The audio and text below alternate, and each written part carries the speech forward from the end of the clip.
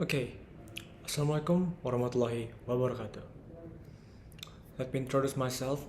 My name is Ibadur Rahman, and now this is a video of a lesson about the poetry. So, in this lesson, I'm gonna teach about the literary device and in-depth understanding of a poem with the title of I Heard a Fly Buzz When I Died by Emily Dickinson. Alright, for the objectives of this lesson, I have four main objectives. So the first objective is the students have to understand the general theme of the poem, and the second objective is the students can involve their emotion and feeling to understand the poem, and the third objective is the students can comprehend the reason of the words that used in the poem. And the fourth objective, the last but not least, the students has to understand the meaning of the poem explicitly and implicitly. Okay, I divided to three parts of lesson, like it's the pre-lesson activities, main activities, and the post activities. Okay, let's just start it. I will start with greetings. Okay, good morning students. How are you? Have you been eating yet? I see. Good for you. If you guys eat, if you hungry, you can eat in the class. It's not a problem. Okay, I will ask some general question here. I want to engage the students. I want to engage you guys. I want to ask, you guys know what is poetry? What is poem? I see. Okay, the poetry is a very interesting topic in itself. I'm gonna make an example. I'm gonna give you an example about the poetry. So I'll recite a poem. The title is I Heard a Fly Buzz When I Died by Emily Dickinson. Alright, I'll go to the poetry here and I'm gonna recite it. Okay, I Heard a Fly Buzz by Emily Dickinson. I heard a fly buzz when I died. The stillness in the room was like the stillness in the air between the haves of storm. The ice around had wrung them dry, and breaths were gathering firm on the last onset when the king be witness in the room. I willed my keepsake sign away, what portion of me be signable, and then it was there interposed a fly, with blue, uncertain, stumbling buzz between the light and me. And then the windows failed, and then I could not see the sea. Okay, that's the poem by Emily Dickinson. What do you think about the poem? What do you feel? Can you give me the opinion of what do you feel about the poem I just recited?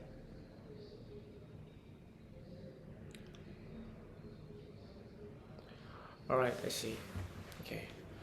In a matter of fact, now I'm gonna explain to you guys the objectives for our lesson today. So the first objective is I want you guys to understand the general theme of the topic of the poem I just recited, which is the I heard a fly buzz when I died. So, and the second one, I want you guys to recite it and involve your emotion and feeling to understand it. And the third one, I want to tell you guys to comprehend the reason why the word is used in the poem. And the fourth one, I want you guys to understand the meaning of poem explicitly and implicitly. Alright, I'm done informing you guys. Now I'm gonna ask you, what is the definition of poetry for you?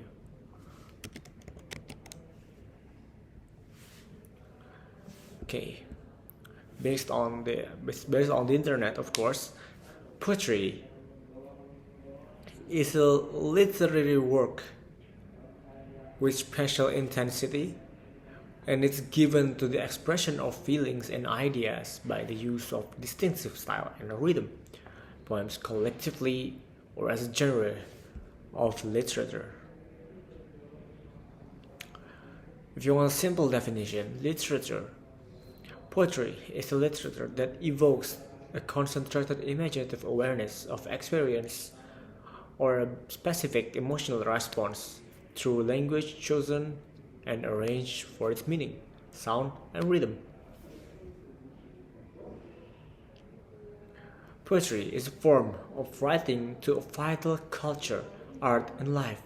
From a poet's glossary, the following definition of them: poetry is reprinted from a poet's glossary by Edward Hirsch.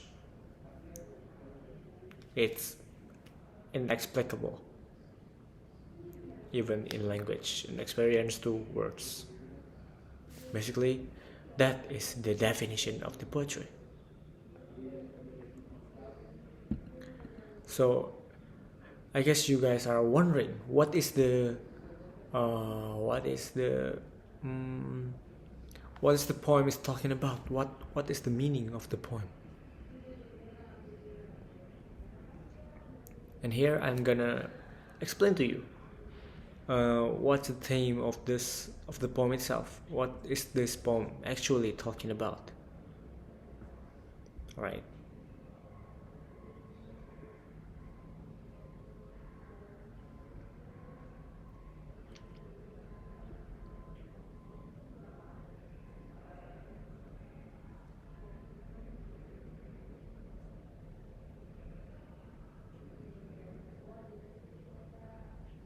Okay, this poem is about a condition from the first person perspective of the transition between the life and death, or we can say it, dying.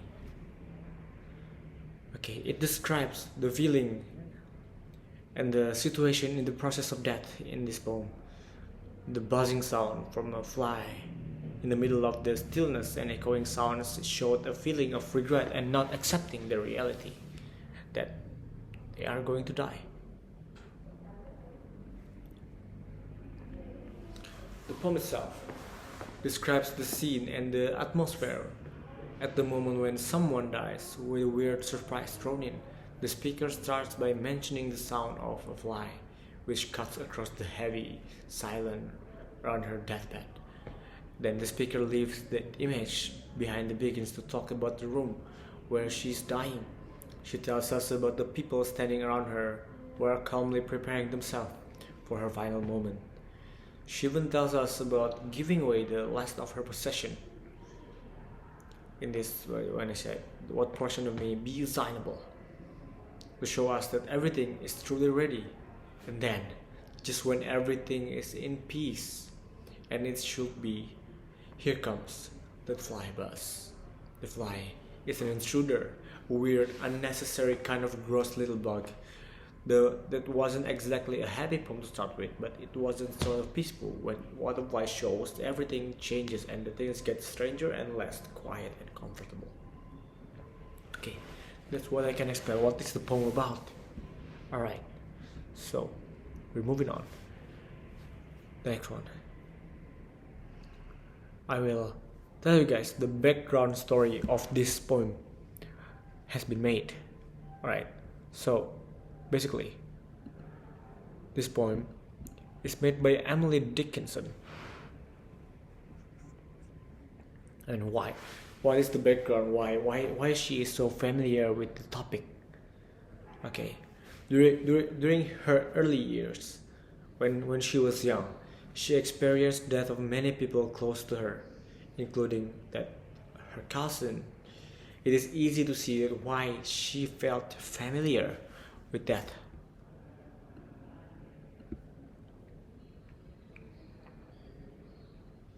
In times of sorrow, she would like to have heard sermons about salvation, paradise, and mansions waiting in eternity.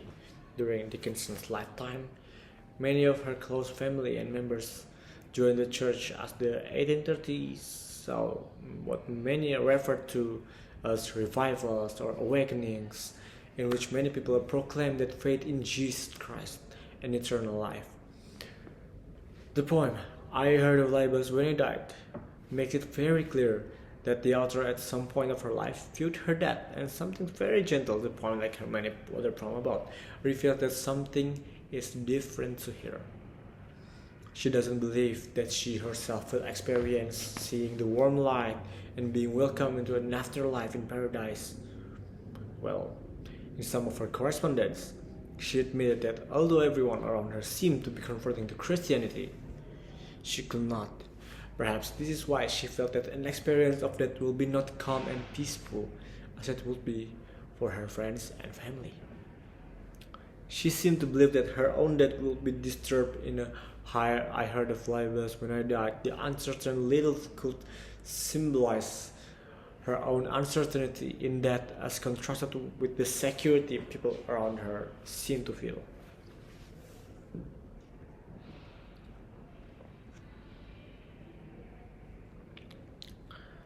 Alright, I'm gonna explain the poetry, the in-depth meaning, line by line, or stanza. Okay, I'm starting with the first stanza, guys. Okay, on the first line, "I heard a fly buzz when I died." Do you know what this means? Okay, we can check it out when it's first line and how much the author can do in the first line. She starts out with something like very boring observation. Okay, so you heard a fly buzz, all right, but something interesting happened in the next phrase. "When I died." Famous dashes, and the other shoe drops "when I died." Just 3 words, and she almost make them sound like an afterthought. It was saying, "I heard a fly buzz." Oh, okay, I heard a fly buzz. So what? When I died. You heard a fly buzz when you died? Really? The words makes all the difference, and suddenly the ghost story, and we realize that the speaker of his poem is, for the situation, is that, and they're telling us that about this fly. The flies fly beyond the grave. The association between flies and that are gross and spooky too. She's letting us know that this isn't going to be some peaceful little natural poem about a fly. It's not. Be sure to keep an eye to those dashes in the next. Make sure you keep an eye about the dash in other line or other quotes. Just make sure, because we're gonna see this a lot in this poem or other poem. Maybe you know, and so that's why I explained about this. Okay, we're moving to the lines 2, 3, and 4. The stillness in the room was like the stillness in the air between the heaves of storm. Okay, then all of a sudden we move away from the fly, and the speaker tells us a little more about the scene overhead when she sets up for us in the few lines. This is the atmosphere of the room. She really wants us to feel how heavy and how quiet, and almost kick off the air in the room. Feels like the lack of sound in the room, like exact opposite of the harsh, annoying buzz of little fly. She emphasized this with a smile, comparing the stillness in the room to the stillness during a lull in a storm. Have you ever? I'm gonna ask a question. Have you ever sat through a thunderstorm and felt how wet and warm and stifling the air get when the things quiet down all of a sudden? Or think about the eye of a hurricane. That weird silent, eerie moment that comes just before the half of storm roars. So yeah, the things are quiet, but they're also packed with energy. Something has just happened. Something just going to happen again. We are in a lull between the heaves of storm. What just happened in this room? She leaves that up to us. How do you imagine about that? That might be a rush, bustle, like followed by a mysterious journey of death, or they might just have literal heaves or a dying person as their body go through a final spasm of the wrist. We never know.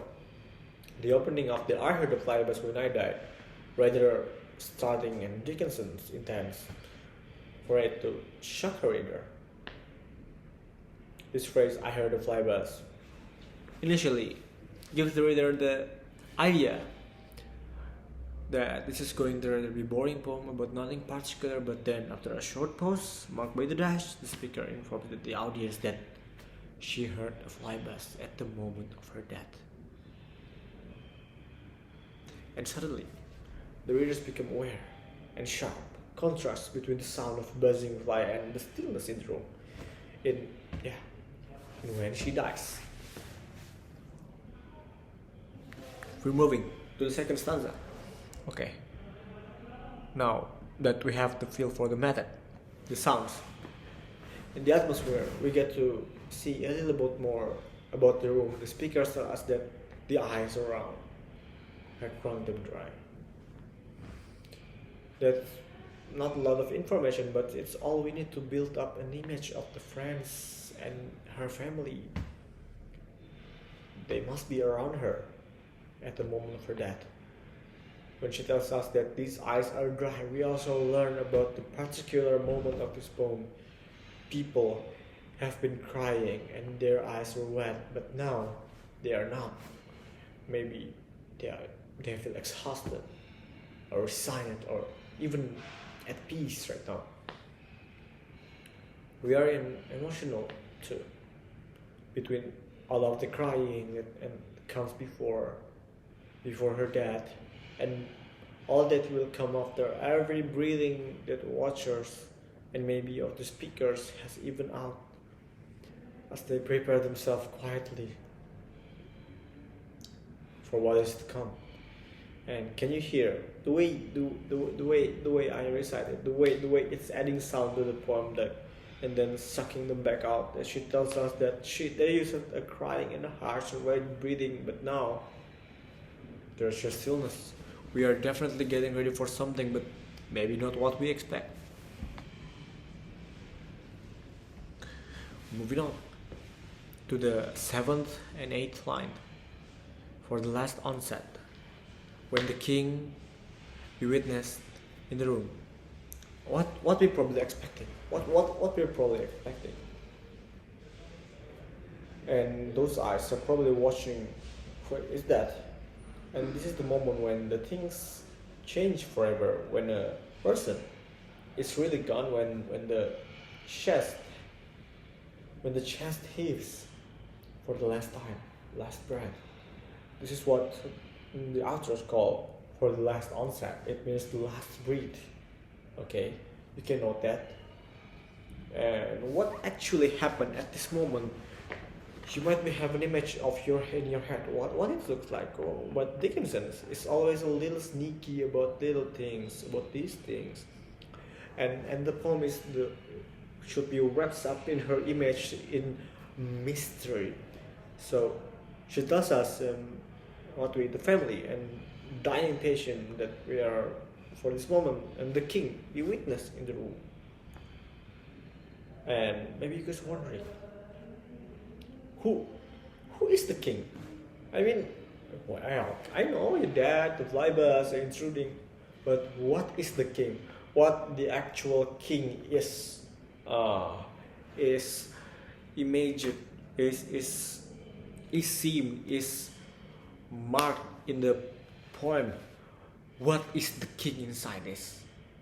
Again, we can't absolutely to be sure, but I have a speculation about this, the king, because the poem is made in 19th century, and in America, I make a research that on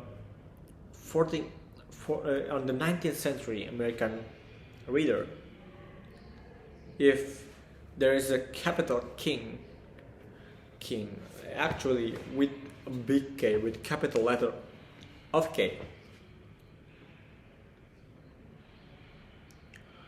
the capital king is about God. So when the God be witness in the room. But maybe Emily Dickinson isn't really a conventional religious poet, so She could have said the Lord or even Jesus if she wanted to make that point clear. So maybe the king is just that.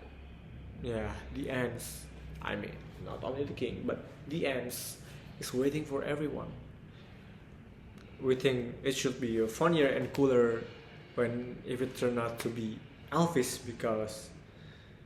But this poem is, yeah, 100,000. Too early for that. Okay, we're moving to the third stanza. Okay, I willed my keepsake sign away. What portion of me be signable? And then it was. So now the speaker switched gears a bit. We've just heard about the king and we're expecting a big event. But instead, on the third stanza, Emily Dickinson's the author backs off at this point and the speaker talks about the giving away her possession. My keepsakes be signable. He said, the image this meant to call up is so sweet and sad and maybe a little sad you see in her final act dying. The dying speaker gives up the little things that she won't be needing anymore, and her keepsake, as she calls him, some part of herself and her life will stay behind her when she leaves the world. That's the part where she refers to be as assignable. Another way of saying assignable is able. It means that able to give away the possession, so not particularly assignable. So this is a very quiet, calm and regular sounding at the moment of the poem until the end of the line 11. And all of a sudden, something new is about to happen. And maybe you think I'm cutting the line exact and at the third stanza, but it's actually have a connection because I want to talk about the last one, the cliffhanger on the 11th line, and then it was what? It was what? I don't know what.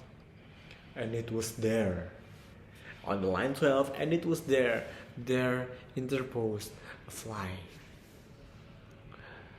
Yes, and then all of a sudden the fly is back. Okay, understand?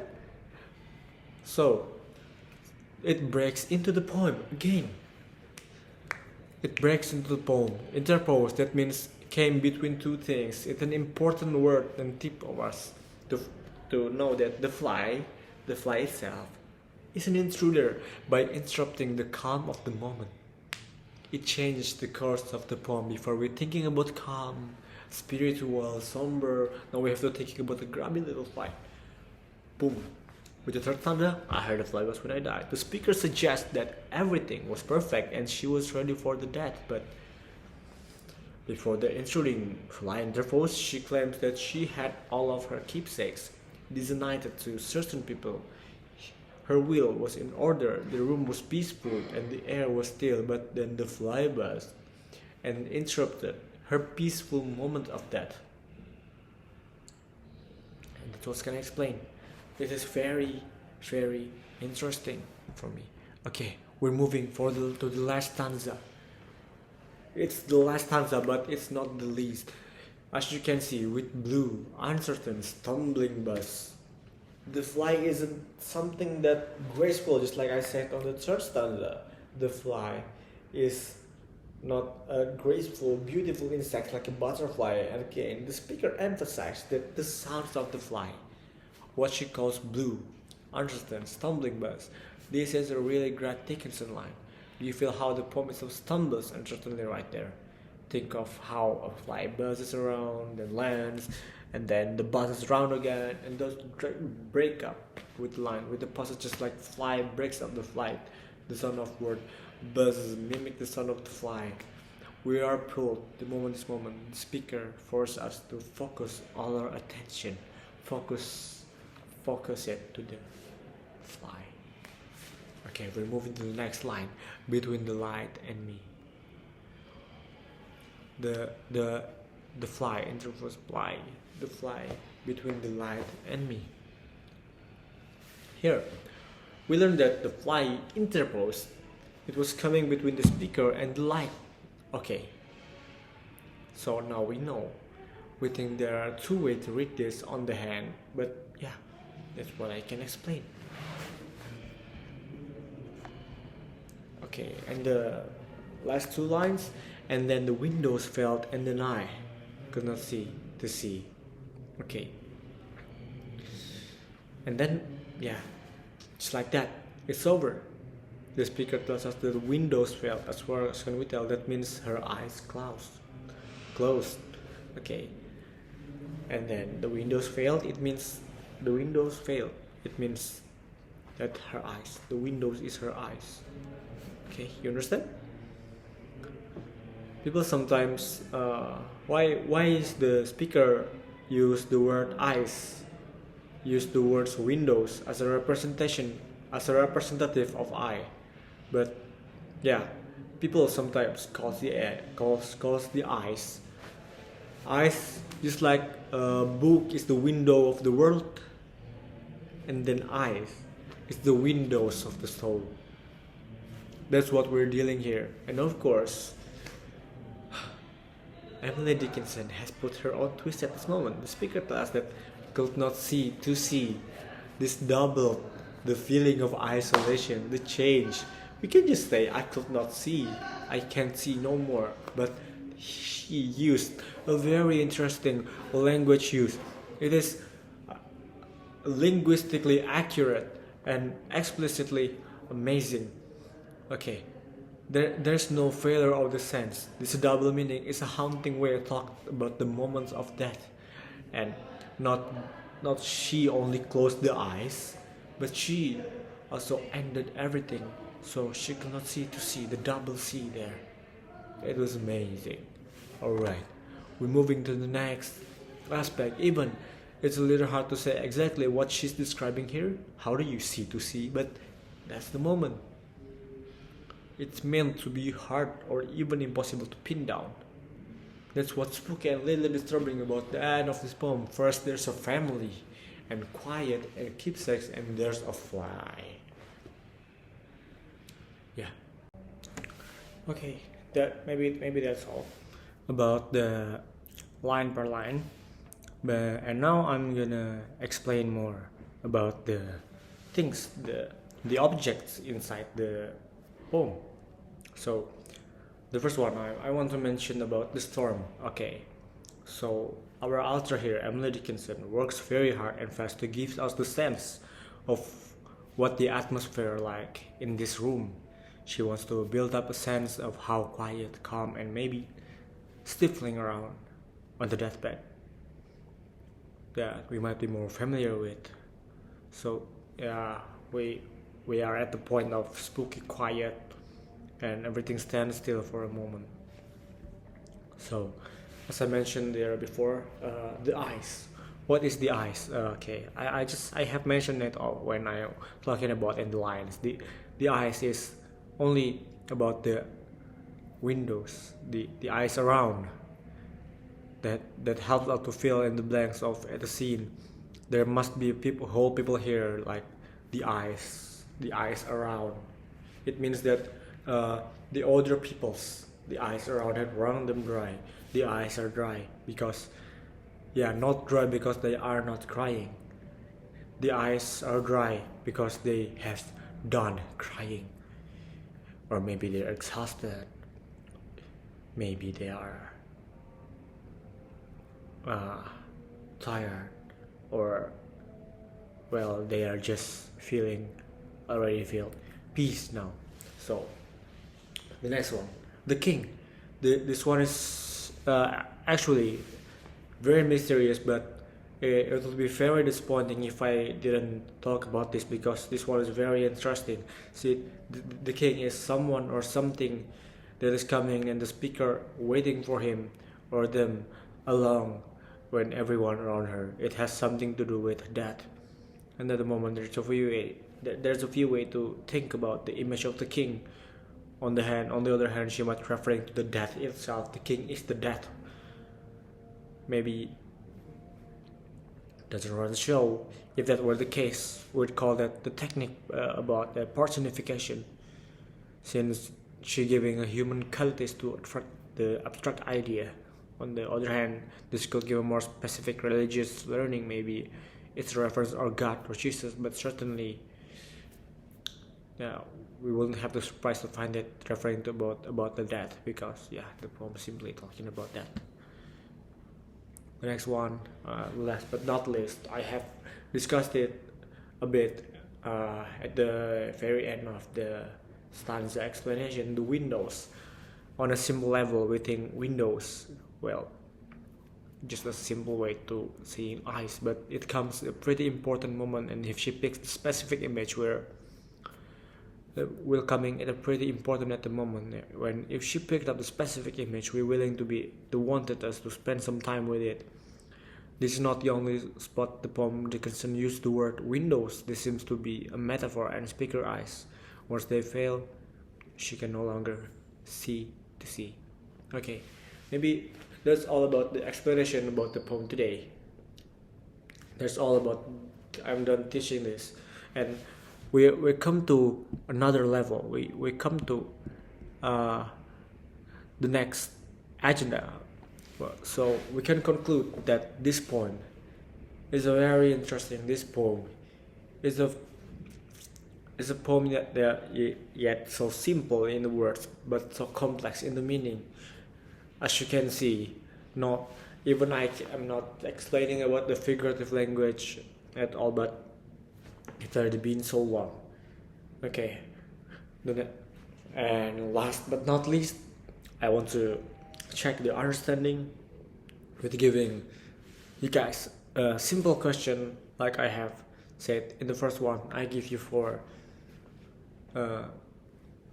question. Okay, the first one, what is the general theme of the poem? The second one, comprehend the reasons why the words windows, storm,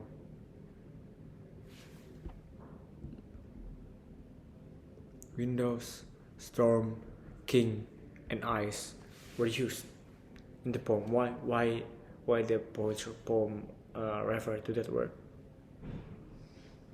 And the last one, I want you guys to explain the poem explicitly and implicitly.